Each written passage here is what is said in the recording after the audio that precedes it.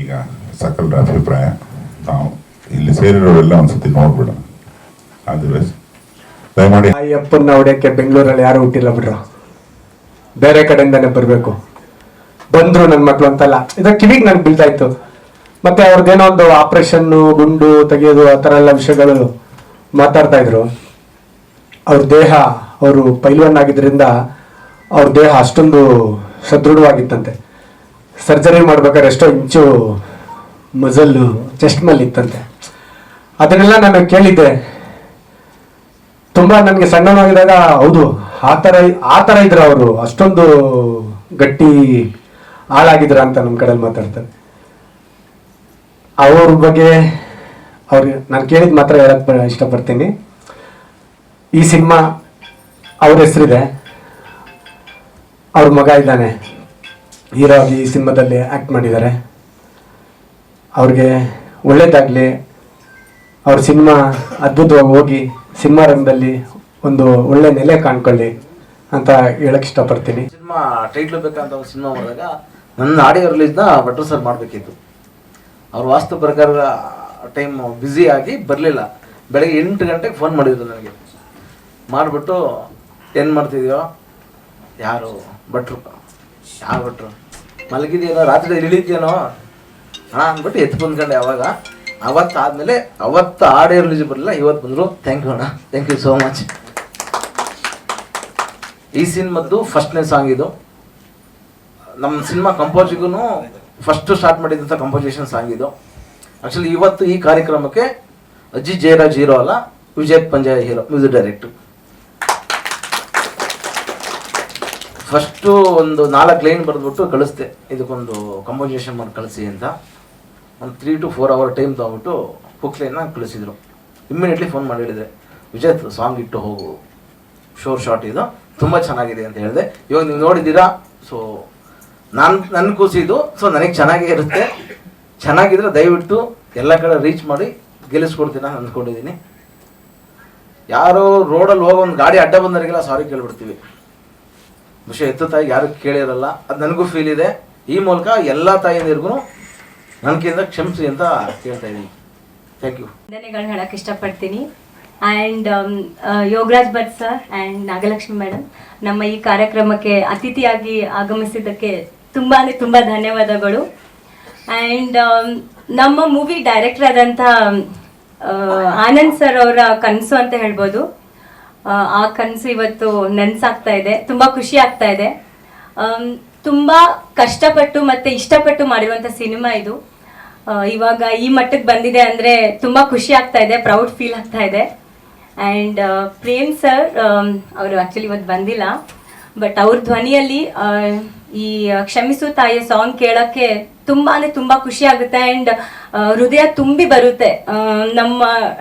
ನಾನು ಅಥವಾ ನಮ್ಮ ಅಮ್ಮ ಅಥವಾ ನಮ್ಮ ದೊಡ್ಡಮ್ಮ ಎಲ್ಲ, ನಮ್ಮ ಅಮ್ಮ ಮಾತ್ರ ಅಲ್ಲ, ಅಮ್ಮನ ಸ್ಥಾನ ತುಂಬಿದವರು ಎಲ್ಲರೂ ನಮ್ಗೆ ನೆನಪಾಗ್ತಾರೆ. ಸೊ ಆ ಥರ ಇದೊಂದು ಸಾಂಗು ಅಷ್ಟು ಸ್ಟ್ರಾಂಗ್ನೆಸ್ ಇದೆ ಅಂತ ಹೇಳ್ಬೋದು.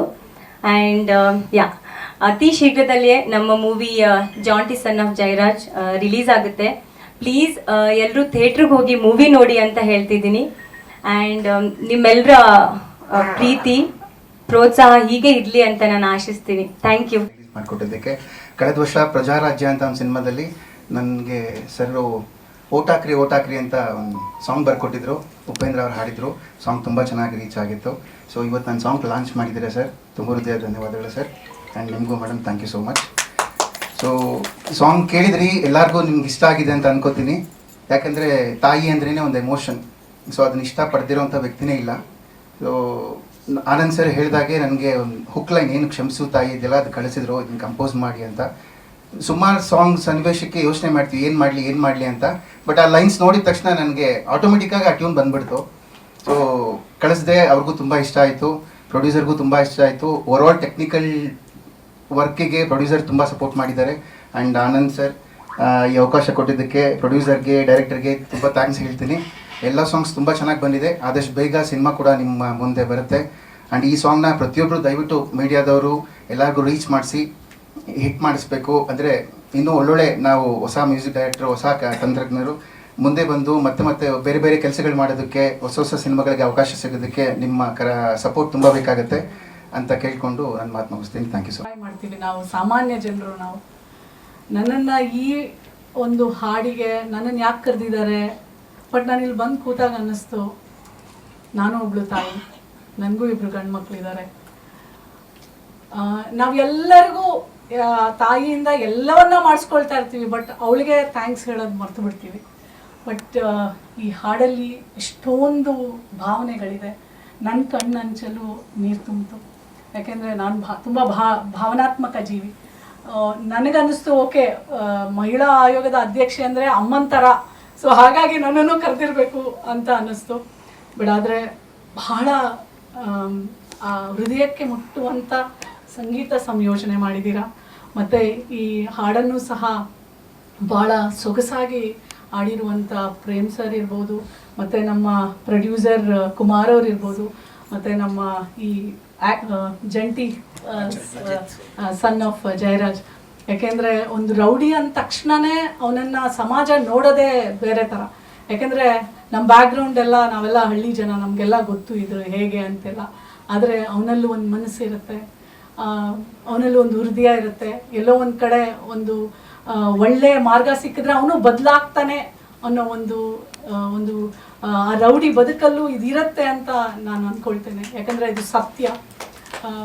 ಮತ್ತು ನಾನು ಕಡೆಯದಾಗಿ ಏನೂ ಹೇಳಲ್ಲ, ಆನಂದ್ ರಾಜ್ಗೆ ನಾನು ಒಂದು ಹಕ್ಕು ಕೊಡ್ತೀನಿ, ಯಾಕಂದರೆ ತಾಯಿಯಾಗಿ ನಾನು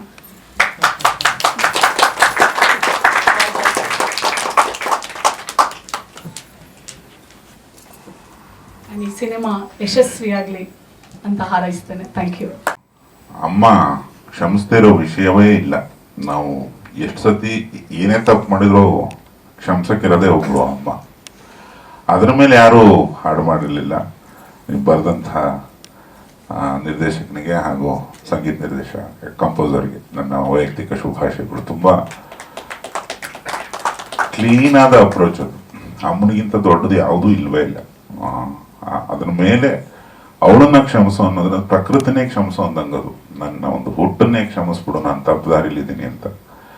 ಸೊ ಅದು ಅಲ್ಲಿ ನೋಡ್ತಿದ್ದಾಗಲೇ ಮತ್ತೆ ತುಂಬ ಜನ ಮಾತಾಡಿರೋದು, ಮೇಡಮ್ ಮಾತಾಡಿದ್ದು ಎಲ್ಲ ಒಂದು ತುಂಬ ವಿಶೇಷವಾದಂಥ ಪ್ರಯತ್ನ ಅದು. ನನಗೆ ಈ ಹಾಡು ಕೇಳಿದಾಗ ಪ್ರೇಮ್ ಸರ್ ನಂಗೆ ತುಂಬ ಇಷ್ಟ. ನನ್ನ ಗೌಡ್ರೆ ಅಂತ ಕರೆಯೋದು ಪ್ರೇಮ್ ಅವ್ರನ್ನ. ಈ ಹಾಡನ್ನು ಹಾಡಿ ನನ್ನ ಸಿನಿಮಾ ನೋಡೋಕೆ ಬಂದಿದ್ರು ಅವ್ರ ಮನದ ಕಡಲು. ಅಲ್ಲಿ ಹೇಳಿದ್ರು ಒಂದು ಹಾಡು ಹಾಡಿದೆ ಅಂತ. ಅಲ್ಲಿಂದ ನನಗೆ ಗೆಳೆಯ ಶ್ರೀಧರ್ ಹೇಳಿದ, ಮತ್ತು ಅಜಿತ್ ಕೂಡ ಮಾತಾಡಿದ್ರು. ಒಟ್ಟು ಇವತ್ತಿನ ಸಿನಾರಿಯೋದಲ್ಲಿ, ಇವತ್ತಿನ ಒಂದು ಸಂದರ್ಭದಲ್ಲಿ ಚಿಕ್ಕ ಪುಟ್ಟ ಸಿನಿಮಾಗಳು, ಕಷ್ಟಪಟ್ಟು ಒದ್ದಾಡ್ಕೊಂಡು ಮಾಡಿರೋ ಹೊಸಬರು ಪ್ರಯತ್ನಗಳು, ಮಿಡ್ ರೇಂಜ್ ಸಿನಿಮಾಗಳು, ಇವ್ರಿಗೆ ಇಷ್ಟು ಜನ ಬಂದು ಸೇರಿದ್ರಲ್ಲ, ನಿಮಗೆಲ್ಲ ಧನ್ಯವಾದ ಹೇಳಬೇಕು ಮೊದಲಿಗೆ. ಕಾರಣ ಒಂದಿಷ್ಟು ಜನರ ಹಾರೈಕೆ ಇಲ್ಲದೆ ಯಾರೂ ಯಾವತ್ತೂ ಬೆಳೆಯೋಕ್ಕಾಗೋದಿಲ್ಲ. ನಾನೊಂದು ಹೊಸಬ್ರು ಸಿನಿಮಾ ಮಾಡಿಕೊಂಡು ನಿನ್ನೆ ತನಕ ಅದನ್ನು ಜನನ ಕರೆದು ನೆನ್ನೆ ಚಿತ್ರಮಂದಿರ ತುಂಬಿದಾಗ ಒಂದು ಧನ್ಯತೆ ಬರುತ್ತಲ್ಲ, ಅದೇ ಥರ ಎಲ್ಲ ಹೊಸಬ್ರು ಸಿನಿಮಾಗಳಿಗೂ ಇದೇ ಥರ ಹೌಸ್ಫುಲ್ ಪ್ರಮೋಷನ್ಗಳಾಗಲಿ, ಹೌಸ್ಫುಲ್ ಶೋಗಳಾಗಲಿ ಅನ್ನೋದು ನನ್ನ ಒಂದು ಹಾರೈಕೆ. ಬ್ರೂ ಅನ್ನೋಷ್ಟರಲ್ಲೇ ಎಲ್ಲ ಹೊಡೋಗ್ಬಿಡ್ತಾರೆ. ಆ ಥರ ಸಿನಾರಿ ಇದೆ. ಅಜಿತ್ 3-4 ಸಿನಿಮಾ ತೀರಾ ಹಳಬಲ್ಲ, ನಿನ್ನ ಹೊಸಬ ಅಂತೀನಿ, ಬೈಕೋಬೇಡ, ಮೊದಲಿಂದ ಪರಿಚಿತ. ಇಡೀ ಟೀಮ್ನಲ್ಲಿ ಒಂದು ಈ ಹೊಸಬ್ರಲ್ಲಿ ಏನಿರುತ್ತೆ ಅಂದರೆ, ನಾವು ಗೆಲ್ಲಬೇಕು, ನಾವು ಏನೋ ಒಂದು ಮಾಡಬೇಕು ಅನ್ನೋದೊಂದು ಹಸಿವು ಇರುತ್ತೆ. ಆ ಹಸಿವಿಗೆ ಯಾರ್ದೋ ಒಬ್ರು ಚಪ್ಪಾಳೆ, ಒಂದು ಸಣ್ಣ ಶಿಳ್ಳೆ ಅವರಿಗೆ ಅನ್ನ ಬೇಕಾಗಿಲ್ಲ, ಮತ್ತೊಂದು ಬೇಕಾಗಿಲ್ಲ, ಎಷ್ಟೋ ದಿವಸ ಅವ್ರ ಎನರ್ಜಿಗಳನ್ನ ಎತ್ತಿ ಹಿಡಿದ್ಬಿಡುತ್ತೆ. I have to be thankful to her. ನನ್ನ ಲೈಫ್, ನನ್ನ ಕೊನೆ ಉಸಿರಿರೋ ತನಕ ಅವ್ರಿಗೆ ಥ್ಯಾಂಕ್ಸ್ ಹೇಳೋದಕ್ಕೆ ಇಷ್ಟಪಡ್ತೀನಿ. ಯಾಕಂದರೆ ಅವರಿಲ್ಲ ಅಂದರೆ ನಾನು ಇವತ್ತಿಲ್ಲ ಆ್ಯಕ್ಚುಲಿ. ಯಾಕಂದರೆ ನಮ್ಮ ತಂದೆ ತಿರೋದಾಗ ನಾನು 8 ತಿಂಗಳು ಮಗು. ಸೊ ಅವತ್ತಿಂದ ಇವತ್ತುವರೆಗೂ ಅವರು, ನಾನು ಏನಕ್ಕೆ ಲಾಸ್ಟಲ್ಲಿ ಮಾತಾಡ್ತೀನಿ ಅಂತ ಹೇಳಿದರೆ, ಆ ಸಾಂಗ್ ಕೇಳಾದ್ಮೇಲೆ it took lot of time for me to get out of it. ಯಾಕಂದರೆ ಆ ಸಾಂಗ್ ನಾನು ಎಷ್ಟು ಸಲ ಕೇಳಿದ್ದೀನೋ ದೇವ್ರಿಗೆ ಗೊತ್ತು. So my mother is everything to me. Thank you. ಮತ್ತು ನಮ್ಮ ನಾಗಲಕ್ಷ್ಮಿ ಮೇಡಮ್ ಅವರಿಗೆ ತುಂಬ ಹೃದಯದ ಧನ್ಯವಾದ ಹೇಳ್ತೀನಿ. ಈ ಸಿನಿಮಾಗೆ ಮೊದಲಿಂದಲೂ ನೀವು ಸಪೋರ್ಟ್ ಮಾಡ್ತಾ ಬಂದಿದ್ದೀರಾ. ಟೀಸರ್ ನೋಡಿದ್ದೀರಿ ನೀವೆಲ್ಲ. ಅದೇ ರೀತಿ ಮುಂದೆ ಸಿನಿಮಾ ಅದೇ ರೀತಿ ಸಪೋರ್ಟ್ ಮಾಡ್ಬೋದಕ್ಕೆ ಕೇಳಿದ್ದೀನಿ. Thank you. ಯಾವುದು ಇದು ರೀಲ್ ಕ್ಯಾಮರಾ ಅದು ವಿಡಿಯೋ ತೆಗೆ